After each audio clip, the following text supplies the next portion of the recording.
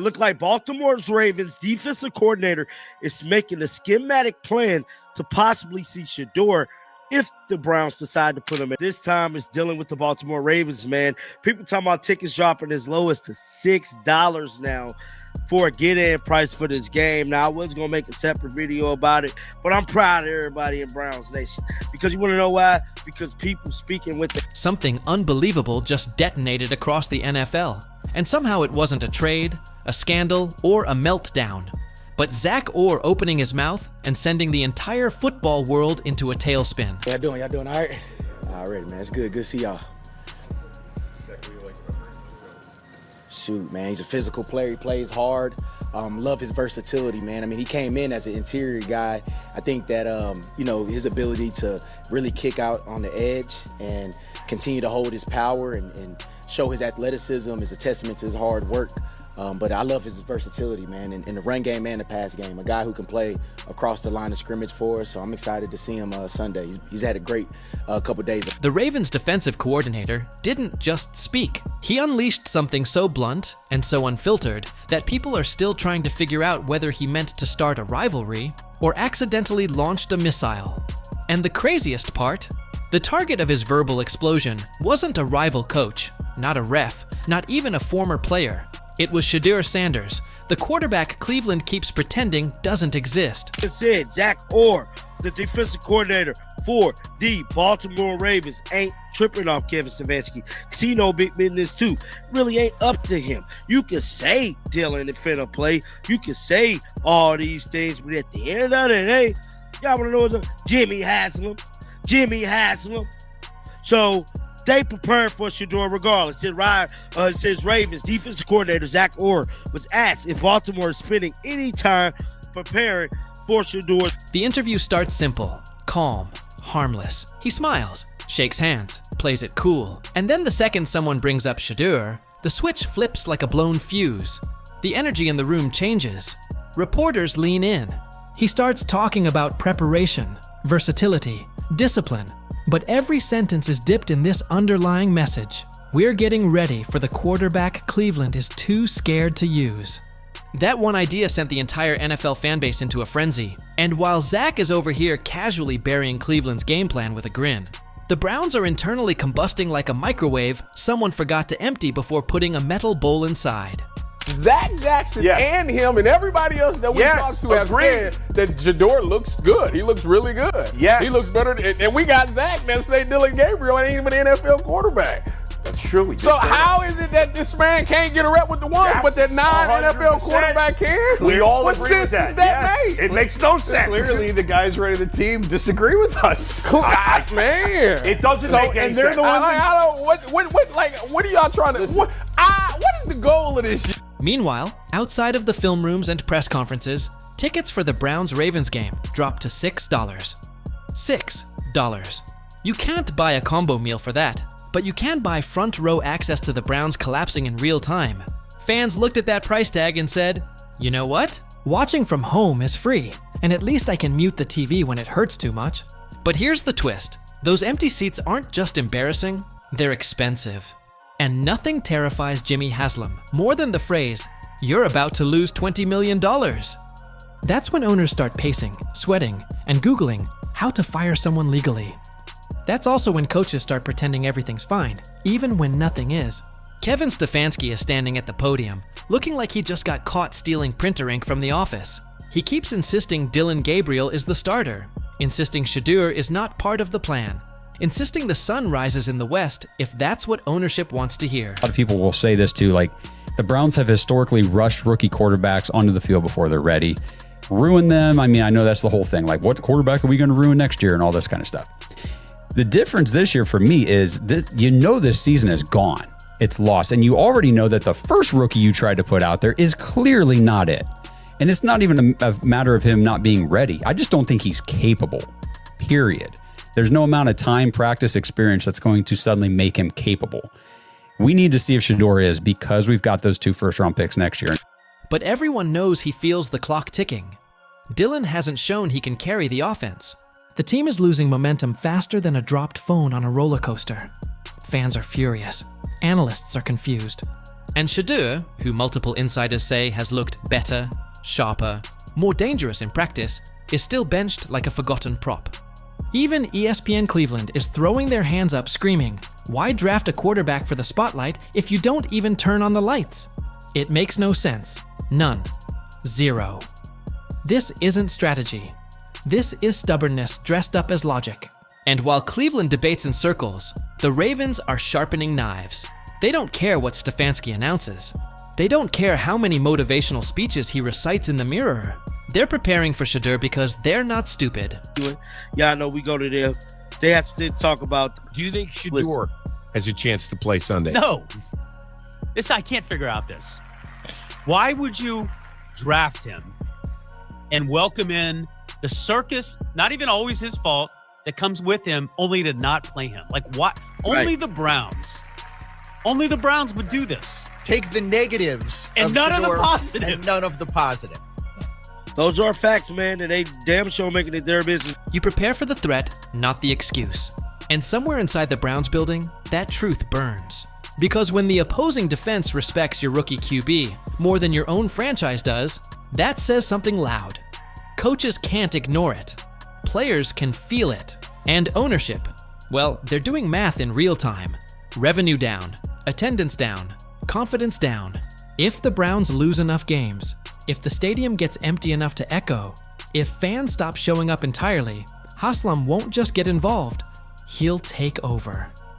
And historically, owners stepping in rarely means patience. It means someone's job is on a countdown clock. Stefanski can stomp, whisper, argue, defend, but nothing can protect him from simple math. Losing plus empty seats equals Shedeur's moment arriving faster than anyone planned. The Browns might not want that story to unfold, but the NFL doesn't bend for stubbornness. It bends for winning.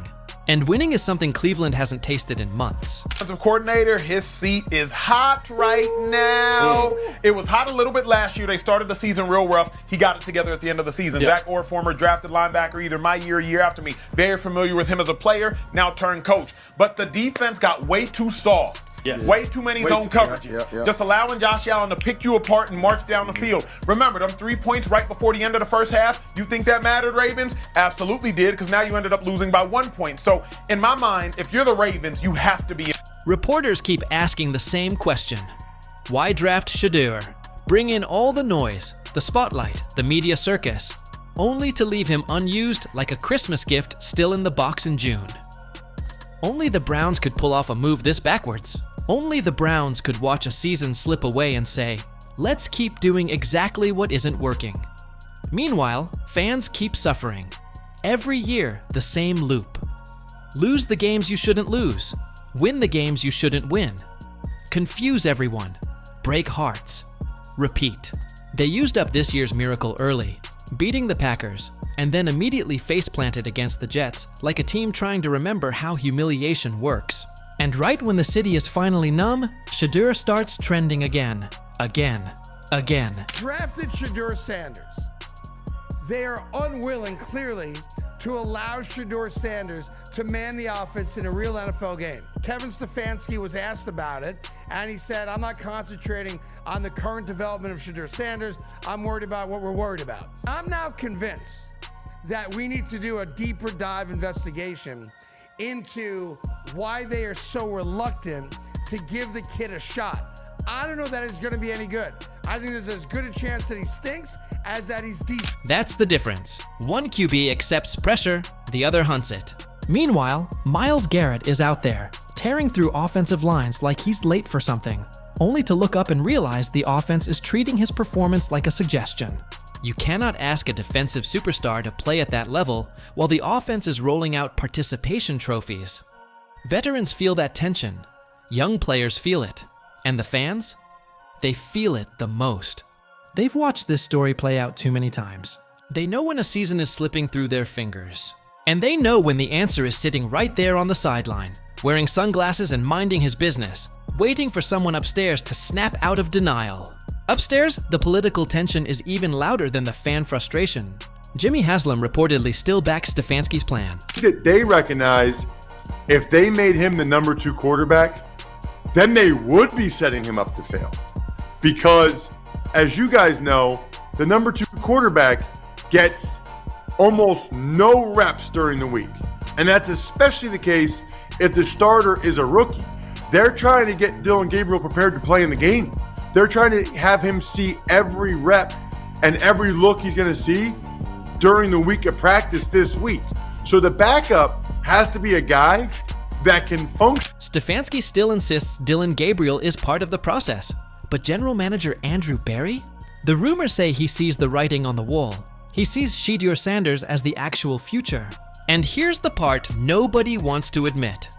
Coaches who feel safe make conservative choices. Coaches who feel pressure take big swings.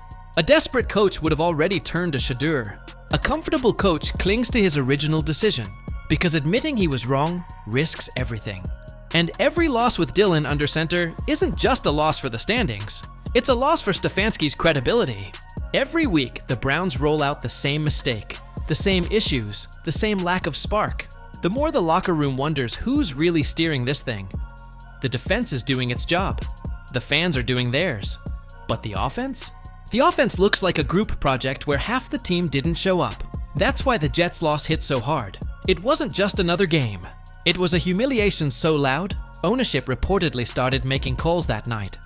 That defeat wasn't a dip. It was a revelation. Something is broken. Something is stuck. And something has to give. And in the middle of it all is Shedeur. Calm, confident, electric. A quarterback whose name alone creates momentum. Drafted Shedeur Sanders. They are unwilling, clearly, to allow Shedeur Sanders to man the offense in a real NFL game. Kevin Stefanski was asked about it, and he said, I'm not concentrating on the current development of Shedeur Sanders. I'm worried about what we're worried about. I'm now convinced that we need to do a deeper dive investigation into why they are so reluctant to give the kid a shot. I don't know that it's going to be any good. I think there's as good a chance that he stinks. A player who steps into a huddle and raises the temperature instantly. And the contrast between him and Dillon grows more obvious every single day. Dillon's presence is quiet, soft-spoken, almost apologetic. Shedeur's presence is fire, direct, unshakable. Built for chaos, built for pressure, built for the moment that decides everything. Even his calm looks dangerous. That's why the locker room feels different when his name comes up. Not because anyone hates Dillon, but because they know who gives them a real chance. They've seen what belief looks like. They've seen what fearlessness looks like. They've seen what a quarterback with true command looks like. And then came the line that summed up Dillon's entire situation. You don't want to rip up the seed before it grows. That's not confidence. That's not leadership. That's not a statement from someone who feels in control. That's a plea, a soft way of saying, please don't move on from me yet. Meanwhile, the city is already thinking about the future. The fans are done with patience. They want change. They want a spark. I've never seen him play at the NFL level. I thought his college career was a little over-embellished, but to his credit, he played well in college. I just don't know how well, and I think a lot of the hype was because of his dad, who's regarded as one of the great athletes of all time. But it just doesn't make sense when you acknowledge the fact that NFL coaches and owners would literally trade their moms into sex slavery to win games. It is a win at all cost proposition. They want the quarterback who actually looks like he belongs in the moment. They want Shedeur. And the longer the Browns wait, the more brutal this gets. Because imagine this nightmare scenario. Dillon jogs out after the bye week and delivers another game of hesitation, confusion, sacks, missed opportunities, and panic. This time, the stadium won't hold back. It won't be scattered boos. It won't be light frustration. It'll be a full-throated eruption of disappointment that shakes every seat. Once a fan base reaches that point, there's no turning back. And somewhere behind all of it, Shedeur stands quietly, helmet tucked at his side, knowing exactly what's coming. He doesn't need to force anything. He doesn't need to campaign. All he has to do is be himself. Because every second Dillon struggles, the narrative moves closer to him. Every failure makes the next move more inevitable. And every ounce of pressure pushes Cleveland toward the quarterback who actually matches the moment. That's why this entire saga comes down to identity.